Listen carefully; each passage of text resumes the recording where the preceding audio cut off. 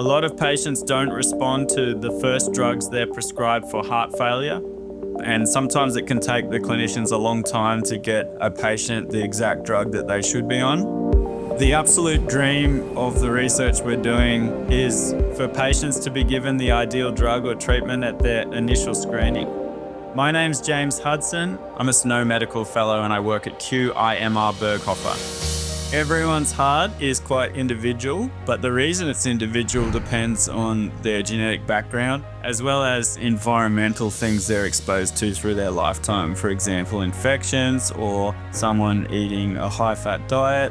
What's happening to this tissue versus this tissue.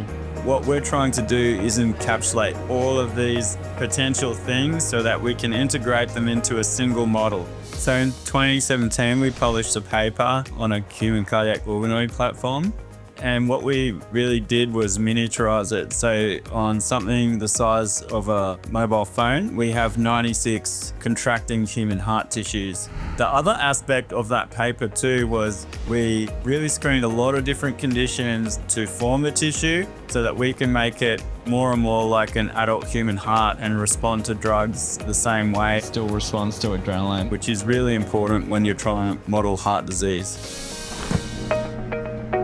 We've now set up a whole robotic suite in our lab so that we can upscale the production of the tissues, and we can now form over 1,000 tissues a week in the lab. You know, are the pipettes lining up with the plate? The application of our technology is not only useful for making this large database, but also trying to translate our findings and discover new drugs.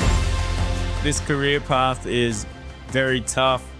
You have to be dedicated and persistent, but at the same time, the things that you can contribute, you can't do in any other field either. You know, sometimes day to day in science, you feel like you're not making much progress. And so getting this sort of recognition from the academy really, helps to validate what you're doing. It means a great deal.